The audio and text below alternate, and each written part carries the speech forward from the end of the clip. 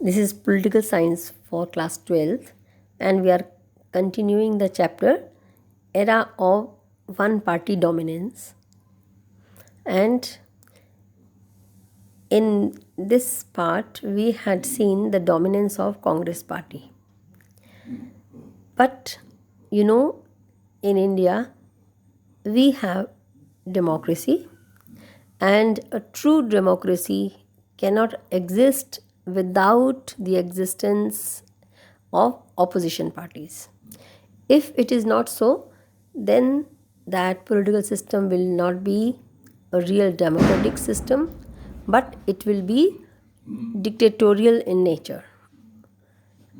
And we wanted to establish democracy only, and for that we had seen the time when we saw the elections being contested.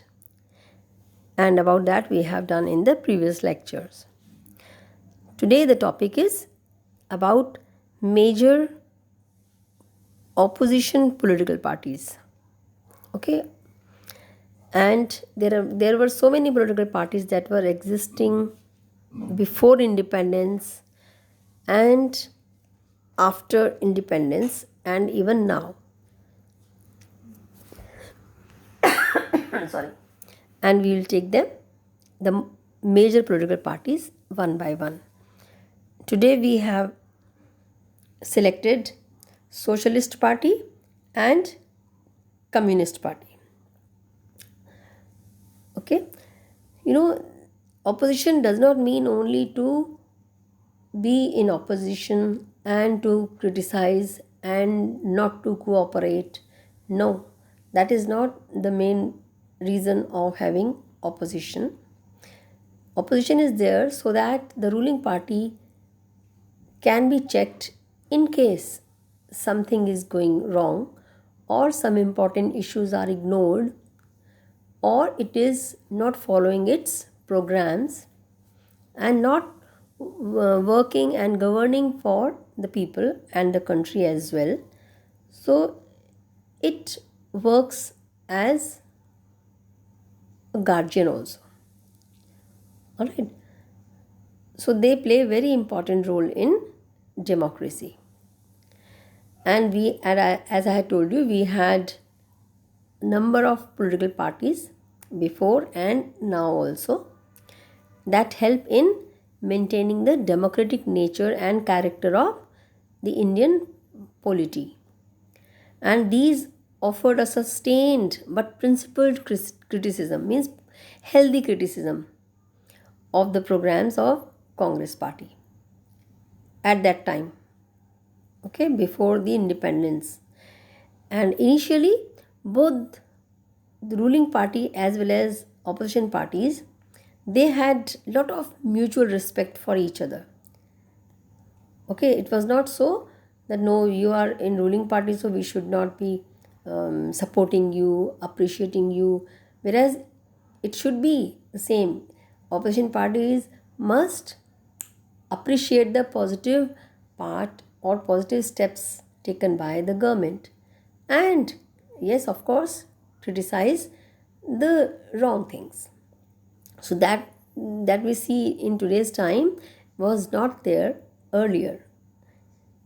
Okay, and the first cabinet included leaders like Dr. B.R. Ambedkar, Shyama Prasad Mukherjee, and they were in the cabinet of Pandit Jawaharlal Nehru.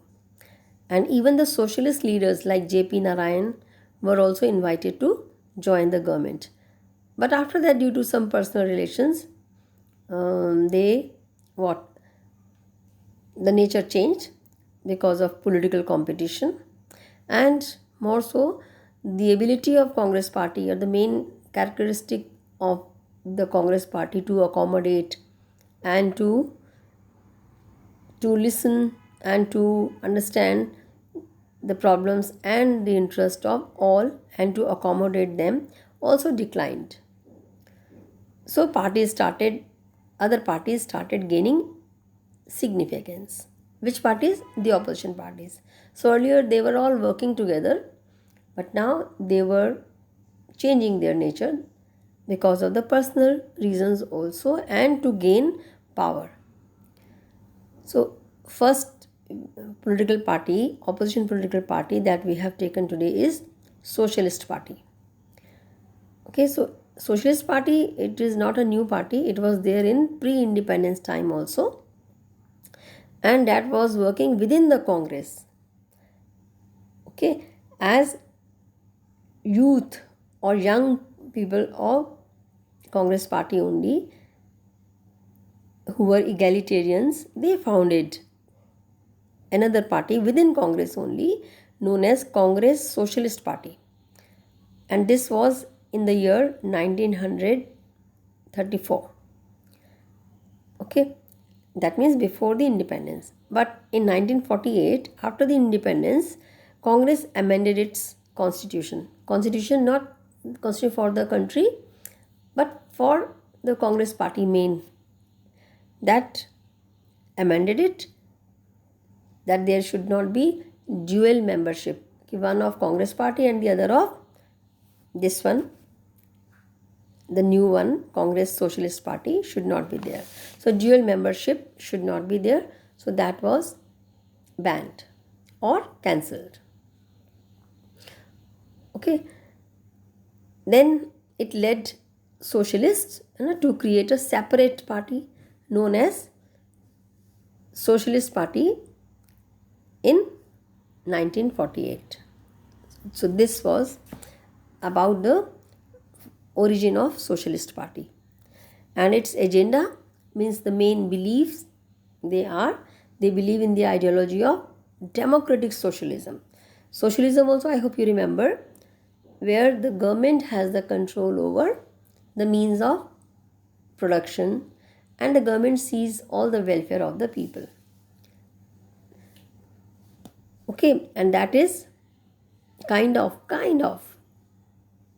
dictatorship. But they want socialism, but democratic socialism. Means the government should be formed by the people only and they should work for the welfare. State should see that the welfare of all the sections is given due proper attention. So they did not like the Congress to favor capitalists and landlords.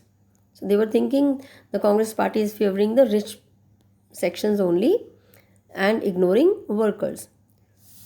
But what happened? Later Congress party also followed the same ideology of supporting the weaker sections, workers also.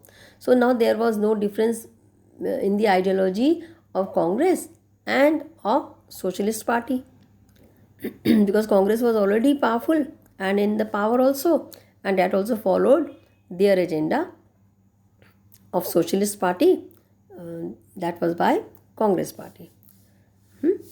So that was the reason this party did not get much significance, and there were many prominent leaders also like Ram Manohar Lohia. He started distancing from Congress and criticized also, and then it went under series of splits.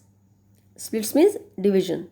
Party got divided into various other parties. Which party? This Socialist Party only. Like Kisan Mazdoor Party, then Praja Socialist Party, Sanyukt Socialist Party, etc. And the prominent party leaders were these also: J.P. Narayan, Jayaprakash Narayan, Achyut Patwardhan, Acharya Narendra Dev, and Ram Manohar Lohia, I have told you. Okay, and many parties in recent times also, they are related to this only. They have their roots in Socialist Party like RJD, SP, JDU, etc. So these are the parties that trace their origin to the Socialist Party. So they are mainly for what? For the weaker sections, farmers,